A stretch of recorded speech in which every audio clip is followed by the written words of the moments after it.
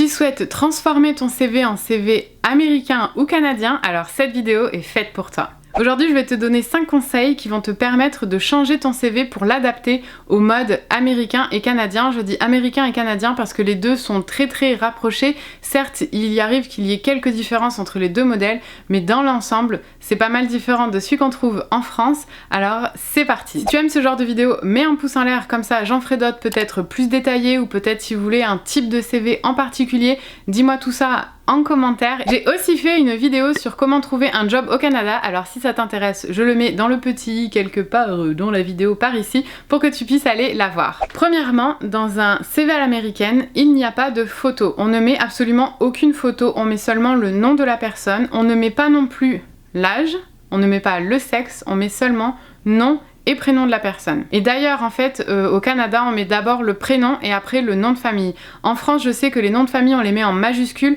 mais ici en Amérique on le fait pas du tout, on met une majuscule au début du prénom et une majuscule au début du nom de famille, mais c'est tout. On ne met pas l'âge non plus, on n'indique pas non plus si on a un permis de conduire, sauf si c'est vraiment requis pour le travail. Admettons vous voulez faire chauffeur de bus, ben le fait que vous mettiez le type de permis spécial pour ce genre de travail, c'est ok, mais sinon en règle générale les gens ils veulent pas savoir ni trop où t'habites. Bon, tu peux mettre Montréal, Laval, mais moi je mets jamais le détail de mon adresse sur mon CV, j'ai pas envie que les gens regardent sur Google. En tout cas bref, sur le CV tu peux juste mettre ton adresse ou juste indiquer la ville dans laquelle tu es au Canada avec ton code postal si tu veux, mais ton âge, tes enfants, etc. Tout ce détail en fait là, tu ne le mets pas sur ton CV canadien, donc ça tu le rayes. Ça te donne un petit peu d'espace et je trouve que c'est plus équitable en fait, ça donne la chance à tous. La structure du CV est aussi complètement différente de ce qu'on peut retrouver en France. Ici c'est très courant d'avoir un CV qui a 2 pages versus en France on essaye de tout rentrer sur un CV de 1 page, puis on essaye aussi de faire plein de CV flyés avec une bordure sur le côté pour mettre contact, info, machin et tout, avec la photo en haut, une bande en bas, une bande en haut, avec plein de petits trucs assez fancy. Ici ça ne se fait pas du tout en fait, le plus simple c'est le mieux. Vraiment moi mon CV je le trouve très moche parce qu'il est blanc et noir, enfin il y a une petite ligne bleue pour séparer les sections, voilà, ça reste très sobre. Il y a un petit carré bleu je pense aussi en haut, enfin c'est quand même assez sobre. En fait en barre d'infos et en commentaire je vais vous laisser un lien où vous pouvez télécharger des templates, donc des gabarits de CV qu'on fait à l'américaine, comme ça vous pourrez regarder les différents types qu'on fait ici. C'est quand même relativement très simple, le plus sobre possible.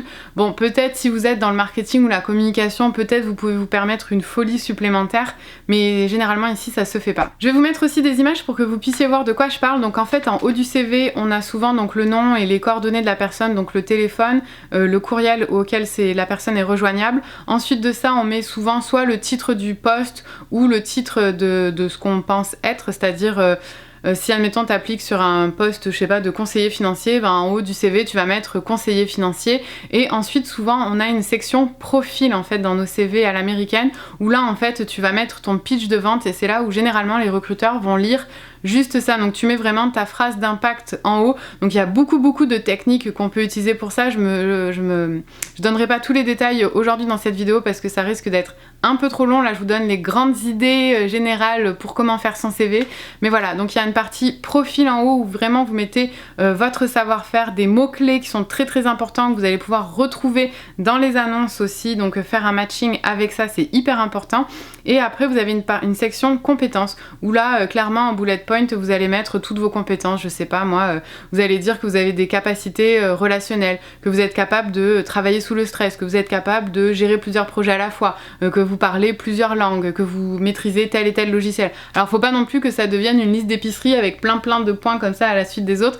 Il faut vraiment l'adapter en fonction du poste sur lequel vous appliquez, parce que souvent ces mots-clés là vont se retrouver aussi dans l'annonce. Donc ça peut être un petit truc de recherche d'emploi qui est quand même assez efficace, parce que souvent les CV, en tout cas ici, ils sont triés par des logiciels et s'il n'y a pas les mots-clés qu'ils recherchent, eh bien ton CV ne sera même pas sélectionné. Aussi dans ton CV, il va falloir absolument que tu mettes toutes tes expériences professionnelles, même si c'était des expériences professionnelles qui ne sont pas rémunérées. Si t'es étudiant, c'est normal que t'aies pas beaucoup d'expériences professionnelles, mais c'est pas grave, il faut que tu les mettes et que tu fasses un lien avec le poste sur lequel t'appliques. Donc si t'as fait des stages en entreprise, si t'as fait du bénévolat, toutes ces choses-là, c'est hyper important de les mettre. Et si jamais tu as de l'expérience professionnelle et que tu as fait du bénévolat, ça aussi c'est très important de le dire parce que au Québec, le bénévolat, en fait, c'est très très apprécié des employeurs. Donc que tu aies participé, je sais pas, à la Soupe Populaire, à la Croix-Rouge ou n'importe quelle autre association en fait, où tu as fait du bénévolat, tu as donné ton temps en échange du bonheur des autres, ça c'est quelque chose qui est important de souligner. Puis tu peux mettre quelques activités que tu as fait de façon très succincte tout de même, mais c'est toujours apprécié d'avoir ce genre de détails dans le CV, alors qu'en France, je suis pas sûre que... Moi, dans mon CV, il n'y avait pas la place de mettre tout ça parce qu'on regroupait tout sur une page, donc c'était pas aussi détaillé. Ensuite de ça, on va mettre dans la section suivante, on va mettre bien évidemment soit les diplômes en avant, soit les compétences professionnelles, donc avec les expériences passées, etc. Ça va dépendre en fait sur le type, en fait sur votre profil à vous. Si vous êtes plus un étudiant qui avait moins d'expérience professionnelle, de mettre les diplômes en avant, ça peut être un avantage, et vice versa. Si vous êtes un professionnel qui a moins de diplômes par exemple, vous pouvez mettre votre expérience professionnelle en avant. Ça c'est aussi bien vu.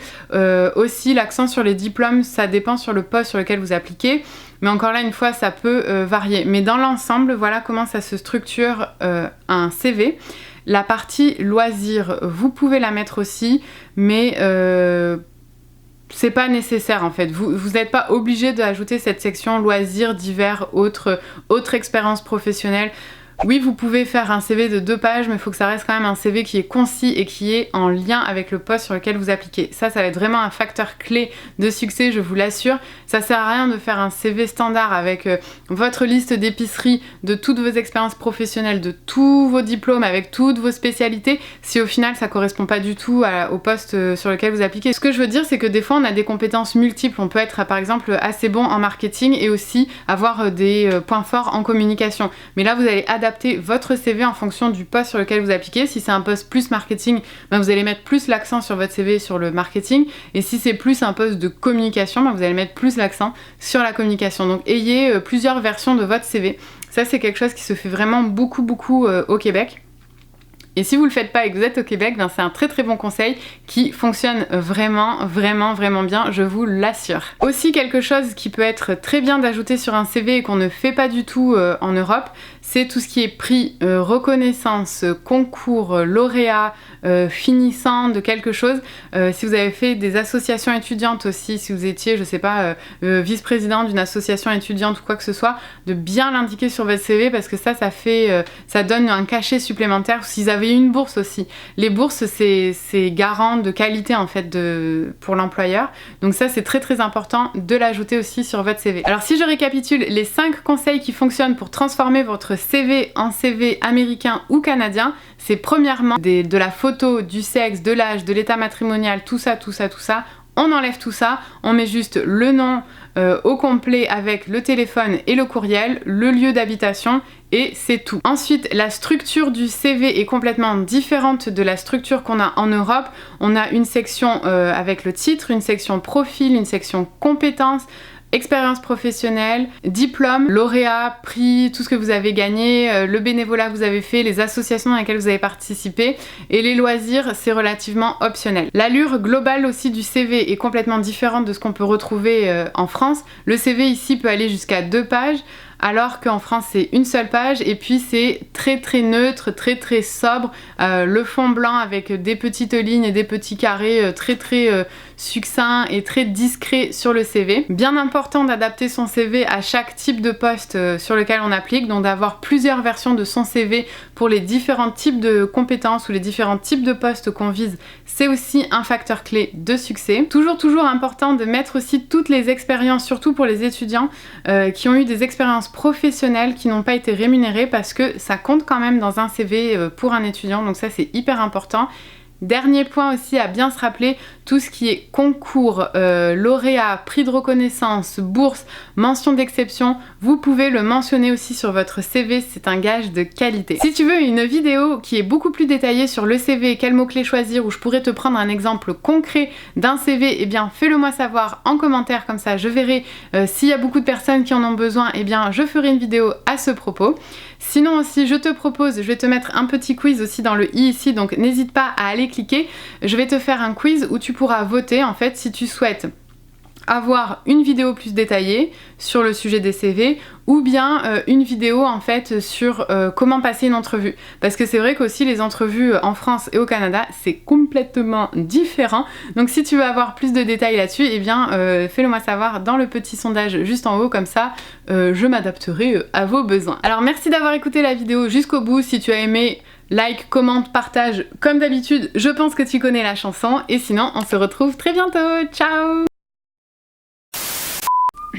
On va y arriver. On n'indique pas non plus si on a un passeport. Ça se barre en arrière ce truc. Attends. On va le rapprocher un peu plus comme ça.